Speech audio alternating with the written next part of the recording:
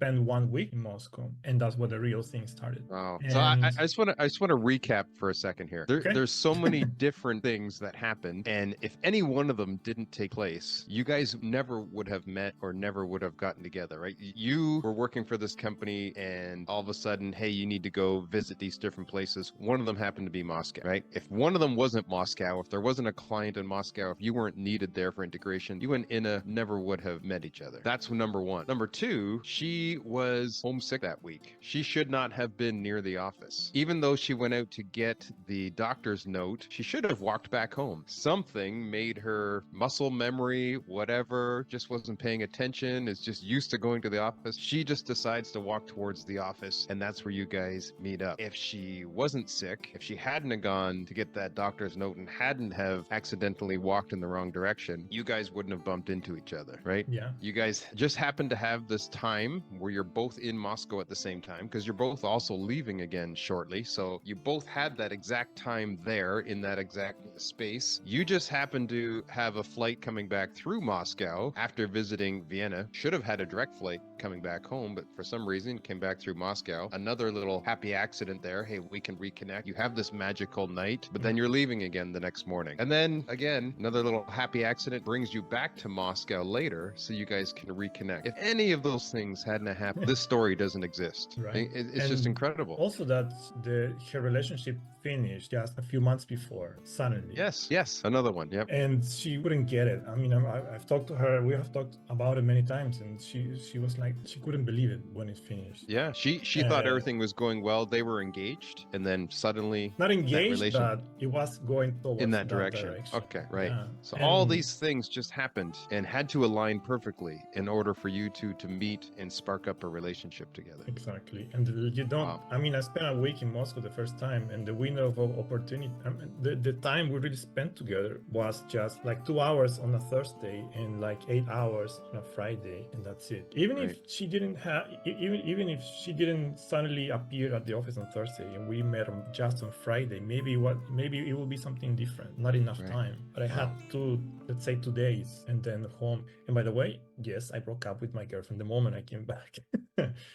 But because I told her what happened, and like we just went different ways, and it was fine. And then to make the story, let's say, land, because I was still living in Costa Rica, right? She was living in Moscow. Right. In May, when I came to Moscow again, I got a phone call from a person that was working with me in Vienna, from the office in Vienna. And he told me, Dennis, I like working with you. There's a position here in Vienna. Are you interested? And I'm like, what? And I said, yes, of course. And it was a position that I was pursuing for the last 1 year and a half, even before I met her. And I went through all the hoops and I applied and everything, but I got the job. And at the end of November of that year, I moved to Vienna. I left Costa Rica, I moved to Vienna, I started my new position, and she moved in with me from Moscow. She just, at the next year, of course, not immediately, but, that year, when I was still in Costa Rica, we said,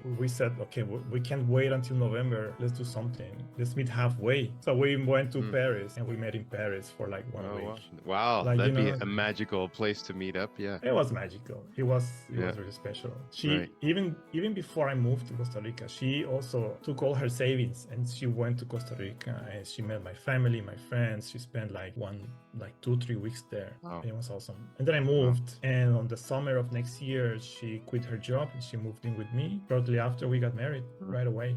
And now you're back in Moscow, is that correct? Yeah, like it was not related, because after 3 years of living in Vienna, I quit my job because I started like a side hustle and it worked, and it was enough for sustain both of us. Right. And I quit, and then we lived here for like 1 year, and then we moved to Costa Rica. We lived there for like 2-3 years. We had our first daughter in Vienna, but we all moved to Costa Rica. Some things didn't work out very well, and we decided to move back here. And we've been living here since 2016. I was gonna say, there's something about Moscow. I mean, that's where you guys met. That's where you keep getting sent back to. So yeah, it's almost the stars that's where aligned you're here somehow. that's where you're meant to be, it sounds like. Yeah. Yeah, Wow. for now, at least for now. So I have to ask, prior to this all happening, did you encounter anything like this before? Did you have any kind of belief that, boy, stars can align and this type of stuff can happen? Not really. I mean, I mentioned that for the past 1 year and a half or the past 2 years, I wanted to move to Europe because when I was working at this position, they started sending me to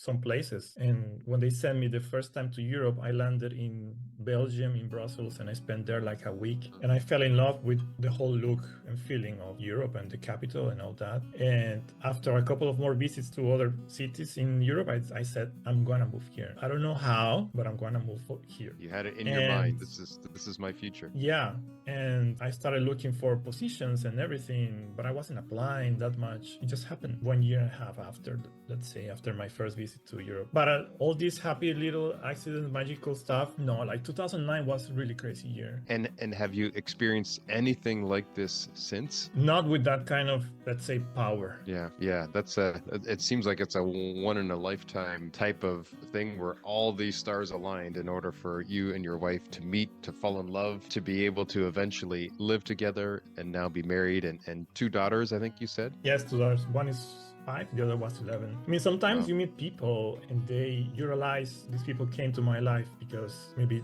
it's gonna help me somehow. We're gonna help each other somehow.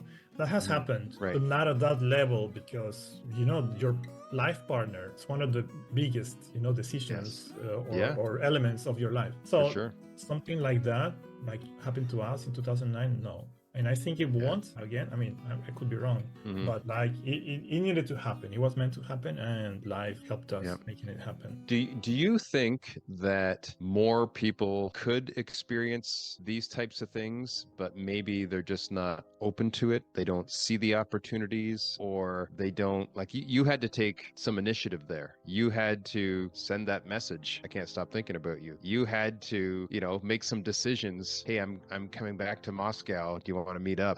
Some people maybe have these same stars align and they either don't recognize it or they don't capitalize on it. In your case, you recognized it, you capitalized on it, and then everything came to fruition. Yes, probably you're probably right. Those few days, maybe either something took over me because I felt this is something important. The woman of my life is something important. These feelings, they're not just for play. These are something serious. And it could be that many people go through this, and I mean, I'm gonna say that maybe they're afraid, and I totally understand. But looking back, I wasn't afraid. I was excited.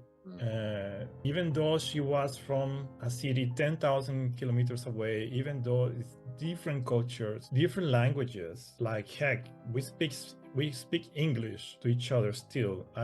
Because of these feelings that you get that you can ignore, I didn't care about, I'm probably gonna have to leave Costa Rica. Maybe, I'm gonna have to speak English the whole day, every day, and have multi-racial, multi-language family, and probably I'm not gonna see my parents. Like, maybe those thoughts went through my head, but I thought, what am I gonna do? I can't ignore this. To draw a parallel here, I would imagine a lot of entrepreneurs go through very similar scenarios with businesses, business ideas, business opportunities. Something amazing could land in their lap. Here's an opportunity they weren't planning for. Here's something where the stars aligned and all of a sudden they have this amazing opportunity in front of them. And in your case, it was a relationship, but you had to recognize it. You had to capitalize on it. You had to realize there are some risks. There are some things I'm going to have to leave behind. There are some changes I'm going to have to make in my life, but I see this amazing opportunity in front of me and I want to go for it. Some people might go, no, I'm too scared, or no, my life is in Costa Rica. I can't do this. This doesn't make sense. And they just don't go for it. An entrepreneur is faced with very similar decisions. Wow, here's this unexpected